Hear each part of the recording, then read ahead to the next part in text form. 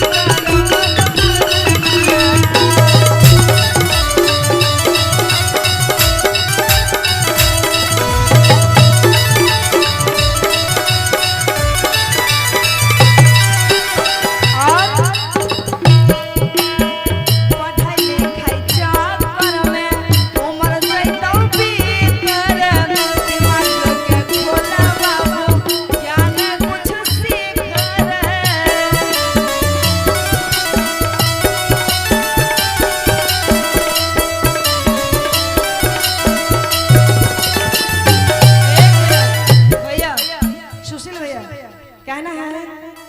कि पढ़ाई लिखाई चक्कर में तो सब सोचे छी पढ़ लिख के ना इंजीनियर बन जेबे कलेक्टर बन जेबे दरोगा बन जेबे उ सब नहीं होए वाला छ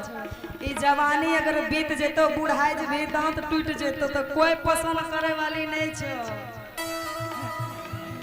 कि पढ़ाई लिखाई चक्कर में आरे उमर जइतो दिमाग के खोले रे बाबू ज्ञान कुछ सीख रे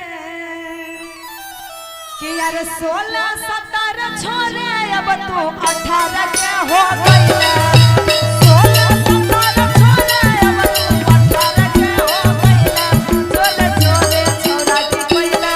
एगो छोरियो ना पटैले जोरे जोरे छौरा की कोइले एगो छौरियो नहीं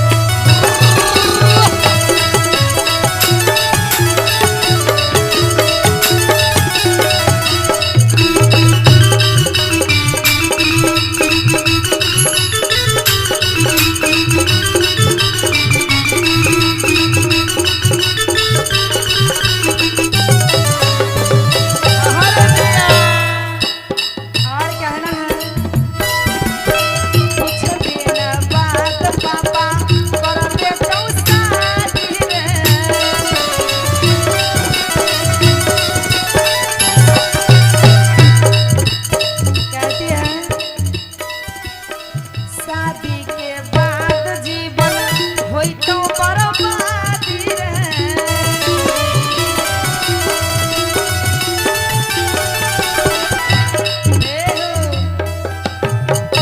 कहना है प्रकाश जी के लिए कि कुछ दिन बाद पापा आरे कर दे तो शादी रे। शादी के बाद जीवन हो जाए तो बर्बादी रे।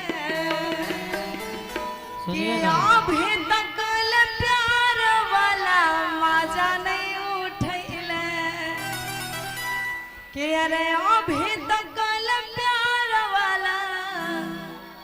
अरे मजा नहीं उठैले। कि जोरे जोरे छोड़ा की